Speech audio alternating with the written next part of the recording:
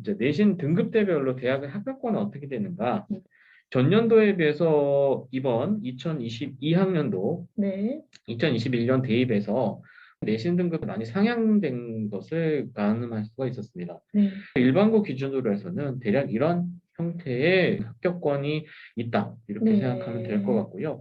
예년에 비해서 0.5등급 정도가 올라가게 되면서 내신으로 이제 학생부 종합전형을 준비하는 부분이 조금 어려워지고 있고, 수능 최저가 있는 교과 전형에 합격하고 학생부 종합전형이 떨어지는 그런 네. 현상도 나타나고 있는 게 있어요. 그러면 부장님, 네, 요 일반고 1.8에서 2.0 내신 등급, 네, 중경외시, 건동홍, 중위권, 네, 소위가 말하는 인서울 명문대 정도?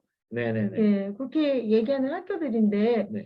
저 학교들 내신 등급 저 정도에 뭐가 플러스 알파가 되어서 합격이 될 수 있는 조건이 될까요? 우선은 저 등급대에서 필요로 하는 게 이제 생기부 비교과를 먼저 떠올릴 수 있을 것 같은데요. 네. 생기부 비교과는 이제 상향 평준화되는 문제가 있다 보니까 네. 얼마나 더 우수하게 적혀 있느냐, 네. 우수하게 구성하느냐도 물론 중요하긴 하겠지만 네.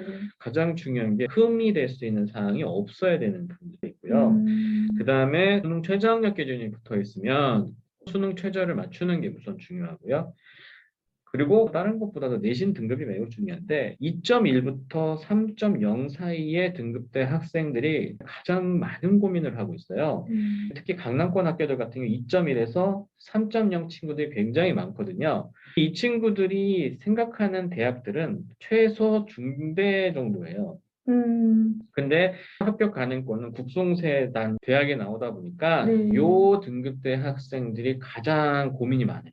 그죠. 정시를 준비를 정말 해야 되는가, 네. 어려야 되는가, 이런 고민을 엄청 할 것 같습니다. 네. 그래서 이제 내신에 대한 고민을 가지고 있는 음. 범위층이 이 친구들이고 3등 아래 학생들 같은 경우는 대래 학생부 종합전형을 준비해야 되는 부분들이 있어요. 네.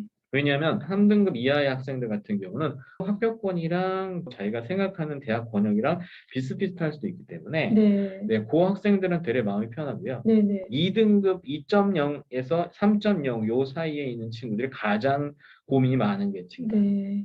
소장님이 예전에 지방에서 올라온 학생 중에 그 광운공대 붙은 학생이 제가 기억이 나는데 네.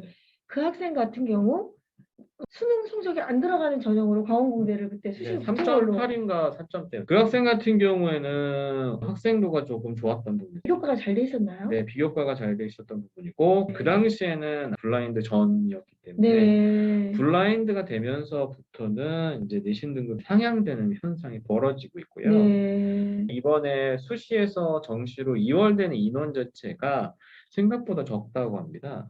네, 그리고 수시에 지원하는 학생들도 늘어나고 있고 지원하는 학생들이 하향 안정 지원을 하고 있다 보니까 수시에서 정시로 2월 인원 자체가 주는 것 같아요. 내신 3등급 이내에 드는 것도 학생들 입장에서는 진짜 열심히 공부하는 성실한 학생들이거든요. 그렇죠.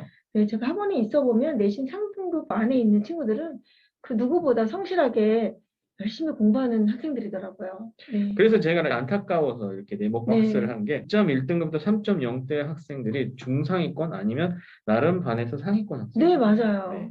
근데 이 학생들이 상대적으로 대학을 못 가는 상황이 너무 벌어지다 안타깝습니다, 보니까 진짜. 실제로 이 학생들이 올해 같은 경우가 재수를 하는 네. 비중이 늘어나고 있어서 이 친구들 같은 경우가 가장 수시와 정시를 모두 준비해야 되는 그죠. 네, 딱 끼인 아이들이 될 수밖에 없는. 대부분 수시와 정시를 다 준비할 수밖에 없더라고요. 네네네. 일반적으로 생각하면 내신이 안 좋으면 그냥 정시파다라고 하는데 3등급 때 학생들이 수시 학생부 종합전형 혜택을 보고 있는 것 같고 2등급 때 학생들이 수시에 대해서 더 많은 기대치를 둘 수밖에 없는 현상이 벌어지고 있는 것 같아요. 제가 볼 때는 그 정시 준비한다고 내신을 완전히 버리겠다 이런 학생들 중에 정시를 잘 보는 친구들이 없어요. 그래서 내신을 정말 열심히 해가면서 계속해서 다지는 친구들이 결국엔 모의도 잘 나오고 수능에서도 성공하는 게 아닌가 이렇게 생각합니다. 그렇습니다. 그런 친구들 같은 경우도 이제 수능 중심의 정시 파이터다라고 얘기하는 가장 큰 이유 중에 하나는 자기가 내신으로는 수시로는 대학을 못 간다라고 생각하기 때문에 그렇게 생각을 해요. 근데 중요한 건 뭐냐면 수능이라는 시험은 1년에 딱 하루만 보기 때문에 고날만 목표로 그냥 생각하면 된다라는 일종의 착각입니다. 실제 제가 오늘 상담했던 한 학생인데요. 네. 의대를 지원하는 학생이고 모의고사에서 영어 과목이 계속 1등급 나왔어요. 네. 근데 수능에서 삐끗해가지고 80점대가 나오면서 2등급이 나옵니다. 너무 안타깝네요. 그러니까 이제 다른 과목은 다 1등급인데 네. 영어만 2등급이다 보니까 아유. 상위권 의대가 안 나와요. 네. 그러니까 너무 고민되는 그렇죠. 문제 있었어요. 거기다 재수생이면 무조건 지금 가야 되는데. 네, 그렇죠. 수능 공부라는 자체는 굉장히 이제 긴장감을 갖고 네. 마라톤처럼 끝까지 얼마만큼 완주하느냐가 너무나 그렇죠. 중요해요. 그러니까 이제부터 공부도 열심히 하면 비교과 활동도 짬짬이 준비해서 똑같은 등급의 학생들이 있을 경우에 비교과로 좀 더 유리할 수 있겠다. 이런 거를 만들어가는 건 너무 중요하다고 생각합니다. 네, 맞습니다. 그리고 학생부 비교과로 내신 등급을 뒤집을 수 있다. 이제는 없습니다. 네네네. 가장 큰 이유 중에 하나는 수도권 학생들, 특히 네. 강남권 학생들이 과거에는 여러 가지 여건들이 있었어요. 네. 뭐 정보도 많고 물어볼 것도 많고 뭐 가이드도 잘해주고 네. 많이 해주고 하다 보니까 그런 면에서는 차별화가 가능했었는데 네. 이제는 그게 어려워요. 지방 학생들도 되게 질적으로 잘 써옵니다.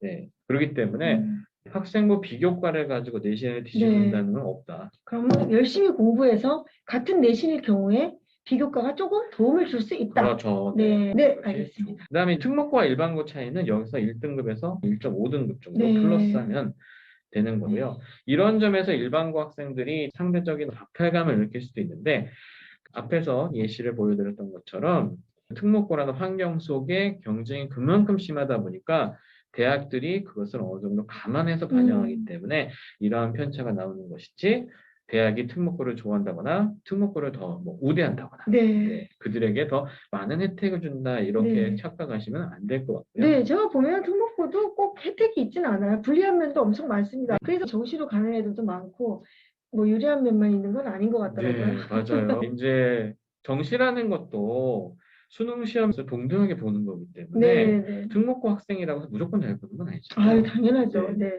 그래서 낭낭쌤 따님도 특목고에서 그 의대는 갔지만 본인이 만족할 만한 수준은 아니었을 수도 있는. 네, 나름대로의 아쉬움은 있지만 네, 다니고 그럼요. 있습니다. 네. 잘하고 있죠. 네. 그래서 다른 것보다 뭐 상대적으로 본인이 일반고라서 부족하다, 아니면 불리하다 이런 생각하실 필요는 절대 없고요. 그 안에서 충실히 노력을 잘하고 열심히 한다면 그것을 인정받을 수 있다. 이렇게 볼 수 있을 것 같습니다. 그래서 다른 것보다 내신 커트라인이 상승했다.